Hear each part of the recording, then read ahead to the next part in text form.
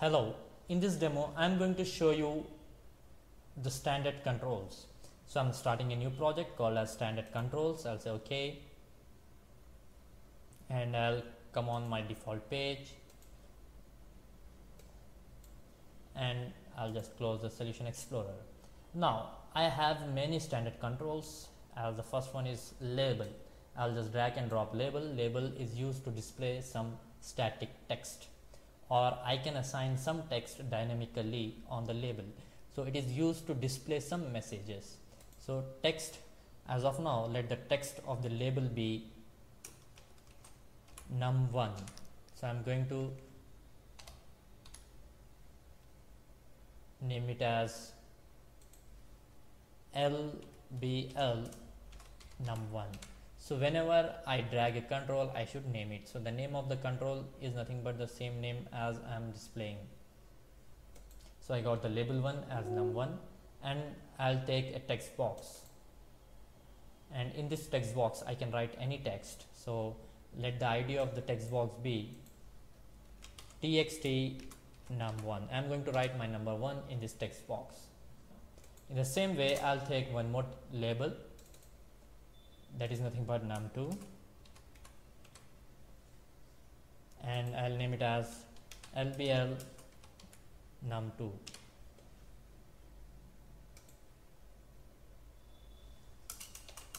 And I'll take a text box and I'll name it as txt num2, and I'm going to take one button and the text of the button say add, and the ID say btn add. Now you might have understood what is it I'm trying to do. Now I'll accept 2 digits or 2 numbers from 2 text boxes, and whenever I click add button, it is going to add, and I want it to display a result on a label. I'll just name it as LBL result. And the text, I don't want to display anything statically.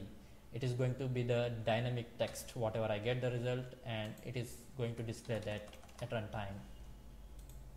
Now whenever I click add button, I get an event called as button add underscore click event. Now what is that I need to do? I need to read the values of text box 1 and text box 2 in 2 variables. So I'll say integer a and b. I have got 2 variables, and say one more variable c where I want to store the result, and I'll say a equals to text txt num1 dot text. As you know that whatever I read from the keyboard, either it is a text box or a console window, it will be string.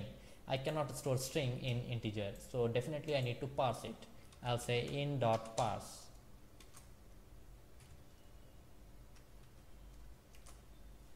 In the same way, I will be reading the other value, say in dot parse txt num2 dot text, and c equals a plus b. I'm performing the operation of addition and I'm storing the value in c. I want to display the result c on the label results. I'll say LBL result dot text. That means I want to change the text, or I want to give the text to the label. So I'll say LBL dot text equals to c. Again, c is an integer and text is a string. I cannot assign an integer to string. Like I cannot assign a string to integer, in the same way I cannot assign integer to string. So as we are converting string to integer with the help of in dot parse, in the same way integer can be converted to string with the help of integer dot toString method. So I'm using toString method to convert my integer to a string format. Just save this and execute this. So I have num1 text box. I'll write 45 in this, 79, 78 in this, and I'll say click on add, and I should get the result. So I get 123. That is the addition of these 2 numbers. If I want to display some message along with the result, I can just append it here. I'll say my result is so and so. I'll just press F5. So it is going to display my result is the value. 45 and 78. I'll say add. My result is 123. So this is very simple. I can use text boxes and buttons in this way, and I can perform some basic operations. So these are the basic controls called as standard controls that we have. Now link button. Link button is nothing but it is a button which looks like a link.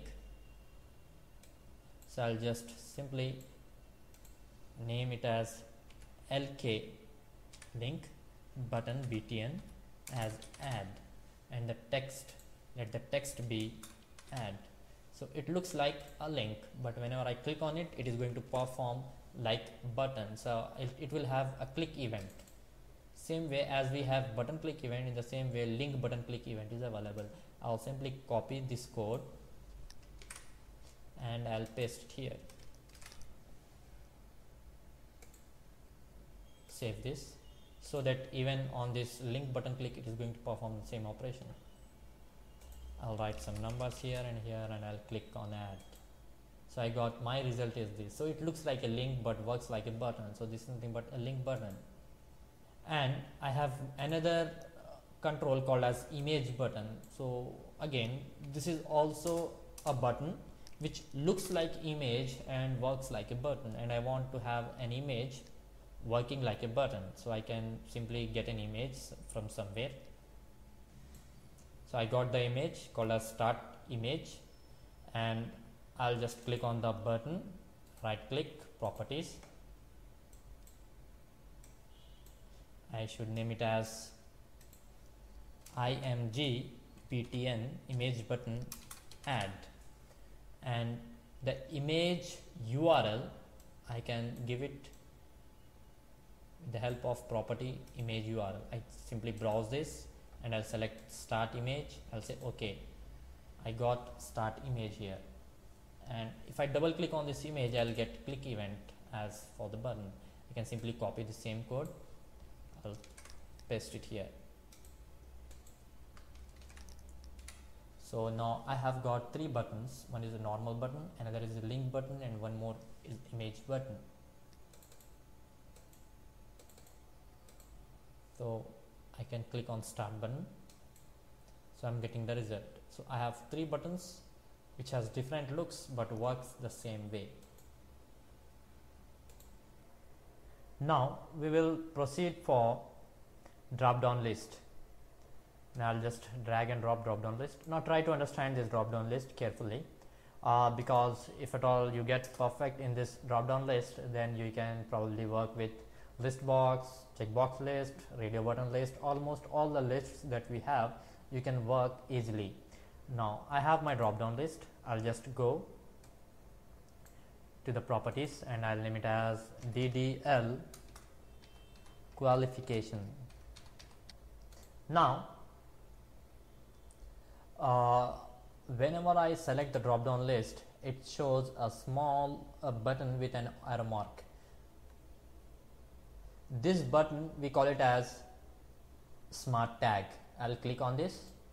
It is going to open a list in which I have choose data source, enable auto post back, and edit items. I'll click on edit items. I can add the items to this drop down list. So I'll add 4 items. The first item, let it be as select, and the value of it be 0. And the second item, I'll name it as btech, let its value be 10. And the third, I'll name it as mtech, and let its value be 20. And the third is phd, and I'll give the value to this as 30. Now try to observe this carefully. We have 3 properties that we need to understand. One is the text, another is value, and the third one is index. Now I have selected btech. Now the selected text is btech, or I can say selected item is btech, selected value is 10 and selected index is 1. In the same way, if I select this, now the selected item is mtech, selected value is 20 and selected index is 2. Now these are the three basic properties of any list that you need to understand, and we are going to work with it. So hope you might have understood that. If I select PhD, I'll have selected item as PhD, selected value is 30 and the selected index is 3. I'll just say OK. I'll take a button. Probably I'm not going to name and I'm not going to give any ID and all those things. Here I'll be proceeding directly. I'll just double click the button, and in this button click I want to display these three things, and I'll display that to a label. I'll take another label. I'll name it as, go to the properties and I'll name it as LBL DDL result.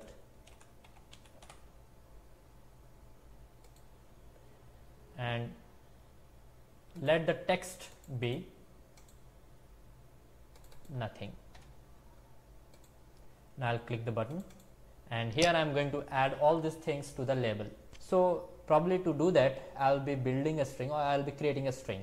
I'll say string s equals to dropdown list DDL qualification dot selected index. First of all, I'll be giving index, selected index dot to string. So I'll prefix it with a text, or I can say I can append the index to a text that is nothing but index is. So probably it is going to show me the selected index. So the value is going to be stored in S, and that is what I am going to display on LBL DDL result dot text equals to S. As S is a string, I need not to do any changes. I will just execute this. Now if I click the button, the selected index should be 0. Now if I select BTech, selected index is 1. If I select PhD, selected index is 3. So hope you might have understood this. Now in the same way, I will display the selected item. So if I want to work with selected item, simply I should say selected item dot to string. I'll just save this. I'll say 5. Now the selected item is text, select, it's BTech PhD. Now in the same way, if I want to display the selected value, I'll just rename this, or I'll just change this to a property that is nothing but selected value. Drop down list qualification dot selected value, and I'll just change the text as value is, and I'll give a little space. I'll just save this and say 5.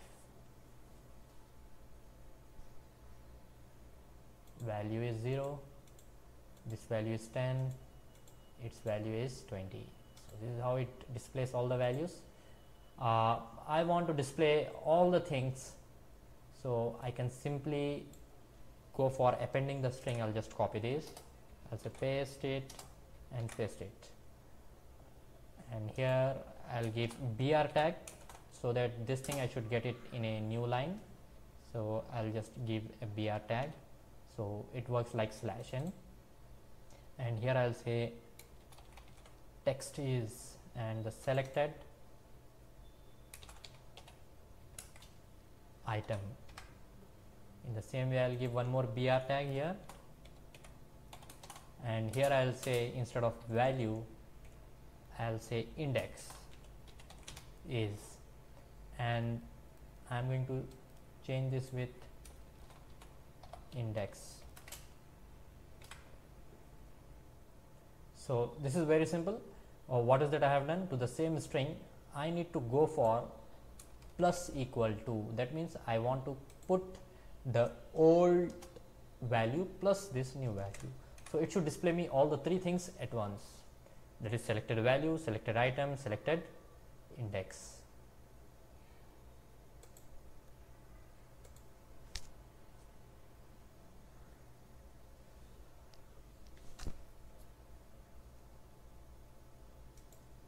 value is 0, text is select, index is 0. Value is 20, text is mtech, index is 2. So this is very simple. In the same sense, you can work with all the other list controls, like I'll just go for list box. I'll say edit items. I can add 1, 2, 3, 4, as many items as I want.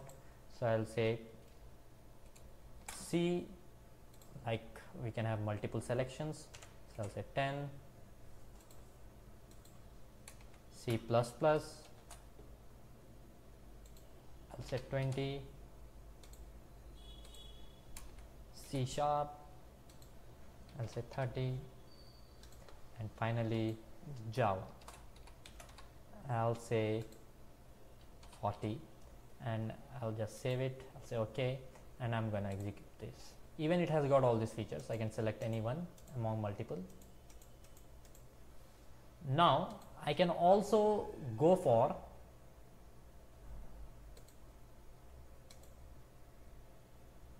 selecting multiples. Just go to the properties and change the selection mode from single to multiple and execute this. I'll press Control, I'll select one, press Control and select 2. I can go for multiple selections. Now one more thing, like I have the drop down list. I'll select this and click the button. It is going to display the result. Now I don't want to wait for another click. Whenever I change the item from the drop down list, it should display me these things. That means whatever it is performing on button click, it should perform on drop down list item change, or I can say drop down list selected index change event. So drop down list will also have an event, like your button has a click event. In the same way, drop down list will have selected index change event. I'll double click the drop down list, you'll get that selected index change event. The same code I can write it in selected index change event. I'll just copy this, Control V paste and execute this. Now let us see whether it displays the result to us or not. So I'll change to BTech. I should get the result, but it is not displaying. Why?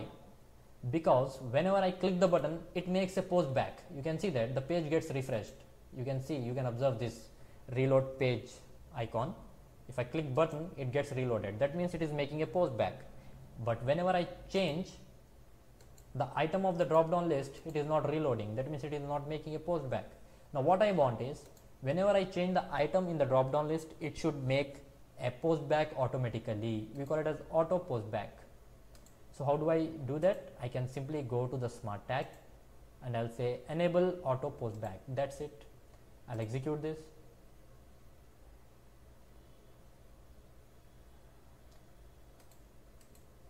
Now it's working. So this is very simple. This is how we do work with your drop down list. In the same way, I can go for working with list box selected index change event, and I can have the same code and I can work as I have worked in drop down list. And even I can go for enable auto post back. In the same sense, I have checkbox list. Double click on checkbox. Double click on checkbox list. I can simply say edit items. I can add 1, 2, 3, 4, as many as I want. I can have selected text, all those things as usual. So I'll say add, let the value be 10, subtract, let the value be 20, divide, let the value be 30. In the same way, I can add many more. I'll just remove this last and I'll just name it as multiply and let it be 40. Say OK. Now I got a checkbox list with 4 items in it. I can simply execute this. I can have all these 4 items.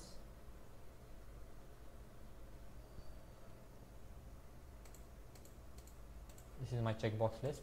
Now I can arrange them in horizontal order as well. I just go to the properties and I can say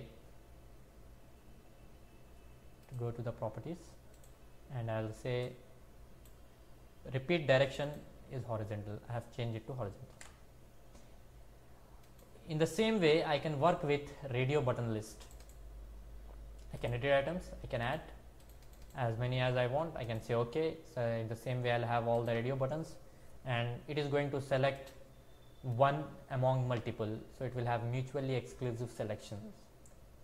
Select this or this or this, anything.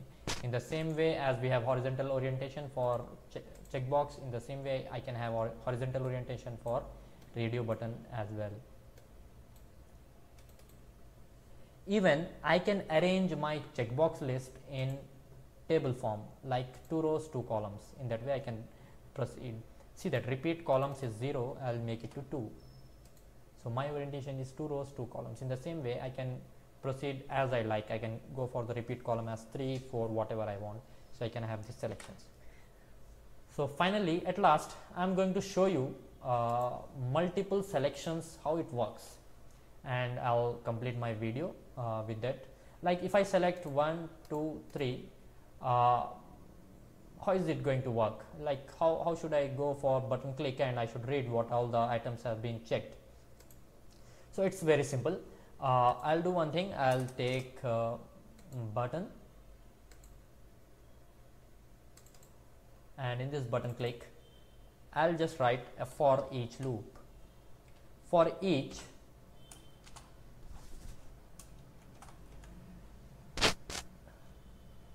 list item li in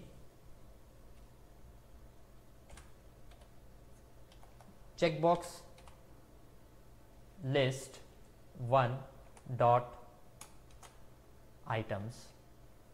You can see that all the items in checkbox list are the collection class of list items. So I'll say this. So I'll say this, and I'm going to check if li dot selected equals to true. If the selection is true, then simply I'll say add it to a string. So my string, let my string be string k equals to null, and here I'll say k plus equals to li dot text dot to string.